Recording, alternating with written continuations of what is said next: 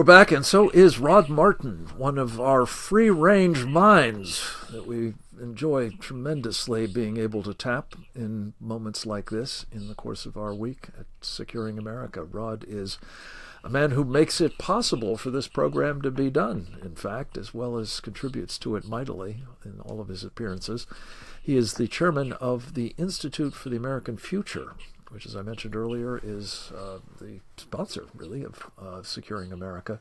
You can find out more about it at usfuture.org and much more about Rod Martin at rodmartin.org, including subscribing, I hope, to his wonderful Rod Martin reports.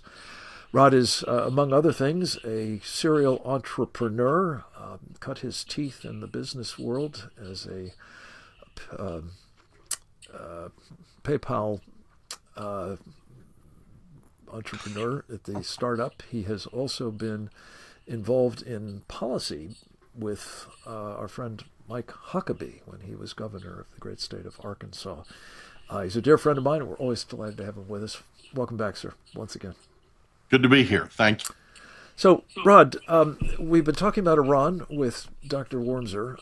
I'd be very interested in your thoughts, especially at a moment when the president seems to be both siding as forcefully as any president I can remember with the opponents of this regime in Tehran, but also seemingly signaling a willingness again to have some kind of negotiation with them about presumably principally nuclear programs. What are your thoughts about where the Trump policy actually lies and where it should? I think that this administration intends for this regime to go. And I think that negotiation makes sense because it honestly forces the regime to stop murdering people. They've killed at least 12,000. I think those reports are pretty sound, and Sam Faddis put out a report on that this morning. Certainly not alone in that. Goldie Gamari was saying the same thing I saw when I got up. And, this is just staggering, and it's way beyond Trump's red line. So I don't know what he has in mind for them, but I would assume that it's pretty ugly.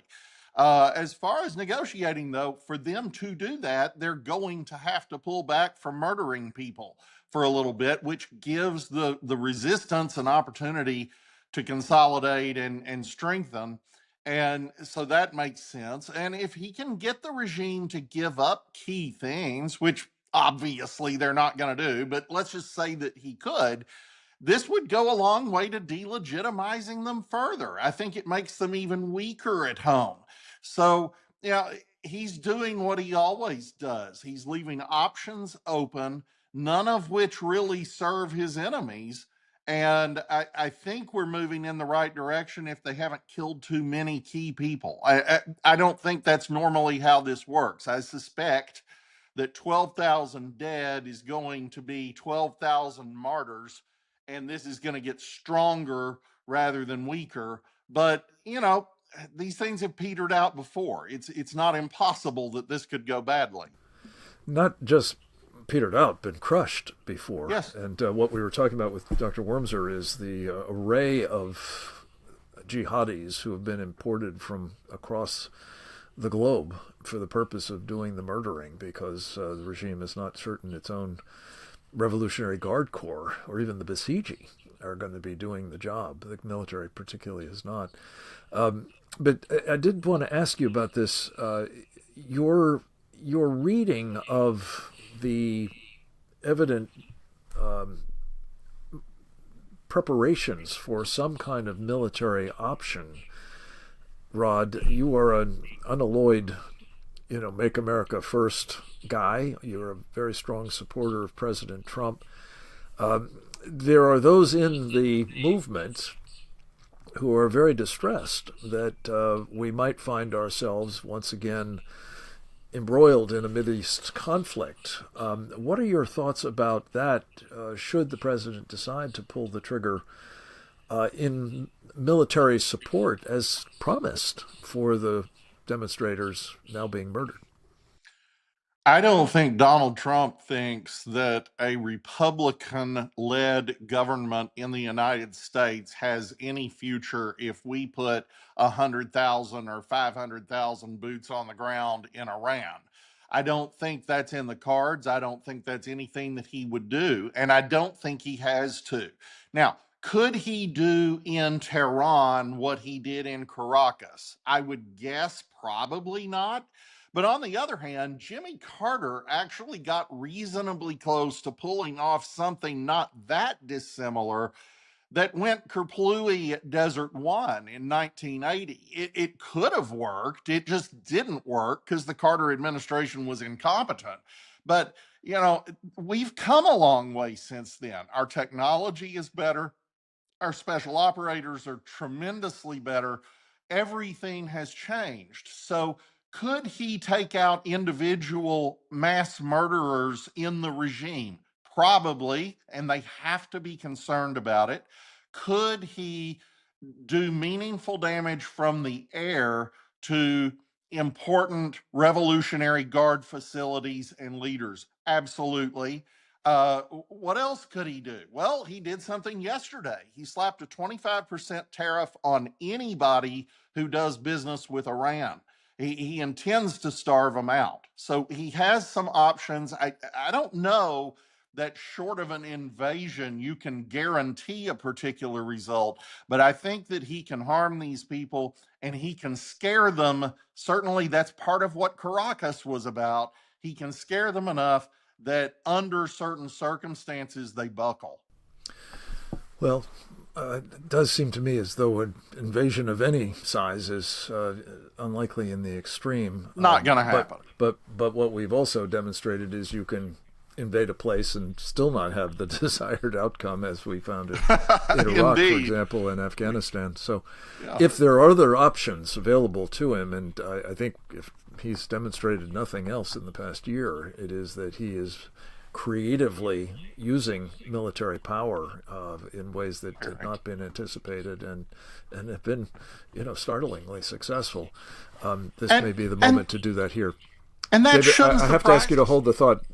I want to come back to it, but I just have to take a short break. Sure. We'll be right back with the great Rod Martin. Follow his work here, of course, but also at rodmartin.org. Stay tuned.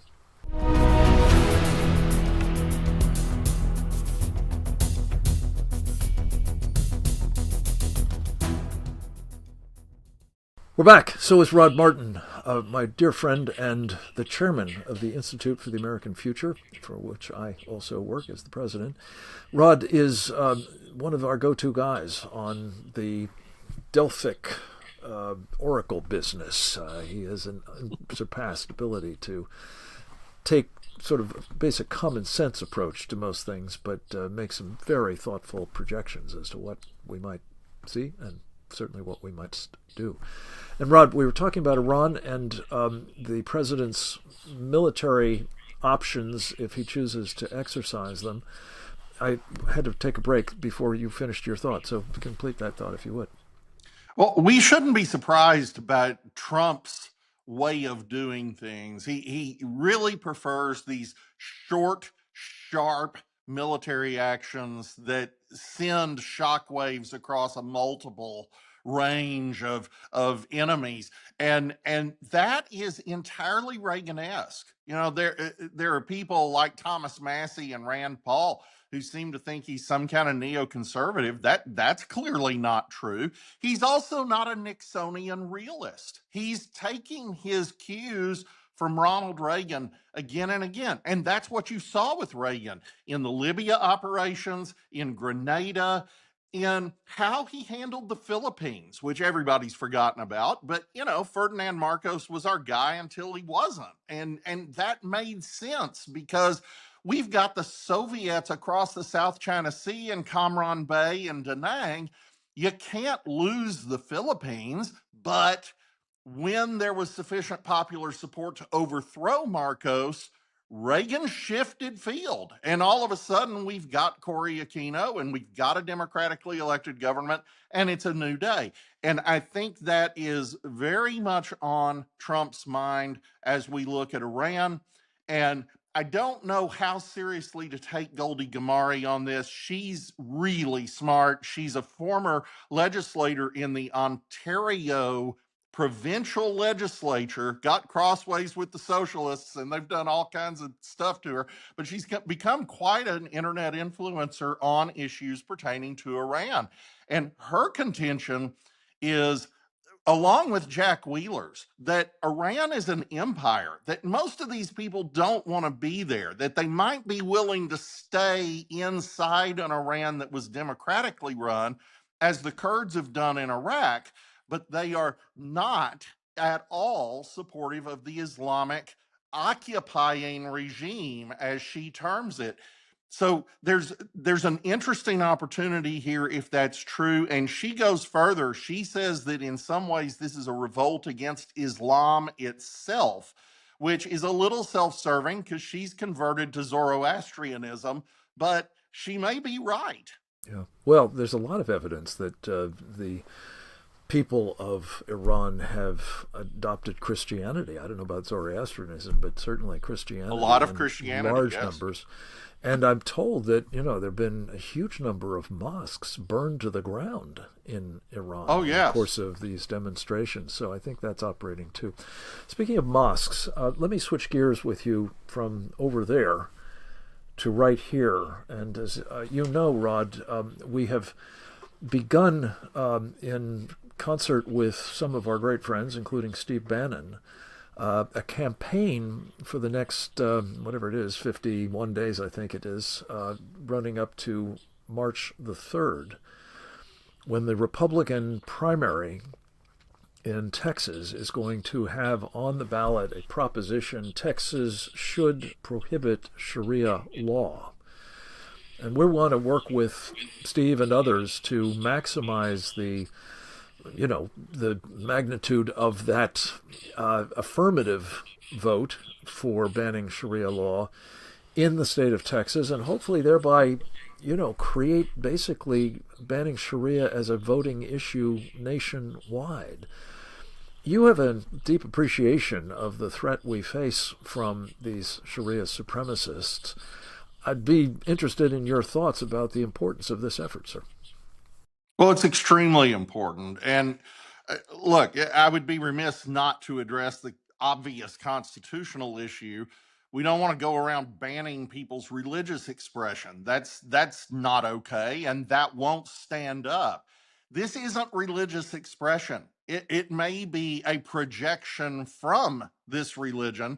You can make the case that this religion is mostly a political and military movement and less of anything that some Southern Baptist Sunday school lady would recognize. But that's not the point. With Sharia, what we're seeing again and again in jurisdictions throughout the United States and certainly across Europe is that it is a parallel legal system that is absolutely at odds with principles of the actual law. Well, that's just anarchy. That is that's completely anathema to the existence of a nation state. So you don't have to get to a First Amendment issue to deal with this, and you have to deal with it, or you end up with a state within a state, and ultimately that makes you Lebanon. So Texas has to act on this. They're leading the way. We're really proud of them for that, and I think we're going to really get somewhere there. I do too. And let me just add texture to what you just said. Our friend Glenn Story of Patriot Mobile, which sponsored this amazing program on this very issue on Friday night of last week in Dallas, Texas. He and his wife Jenny did a stupendous job, basically bringing together Geert Wilders with the help of our friend Karen Sigeman at the American Freedom Alliance, and Steve Bannon and Glenn Beck to essentially rally the troops in support of this proposition on the ballot on March 3rd. But Glenn circulated afterwards a thank you note, and he made several points about ways, and these are not an exhaustive list, by the way, folks, ways in which Sharia is not just unconstitutional, but anti-constitutional. Yes. It points out it denies freedom of religion. It suppresses freedom of speech. It rejects equal protection under the law. It imposes cruel and unusual punishments. It undermines due process, and it eliminates the separation between church and state. In short, it is antithetical to what we believe and what we are assured our freedoms by, namely the Constitution of the United States. Rod Martin, thank you for standing with us in support of that Constitution and all that you do. Keep it up. Come back to us again soon from Rod Martin Reports. I hope the rest of you will join us again next time. Until then, go forth and multiply.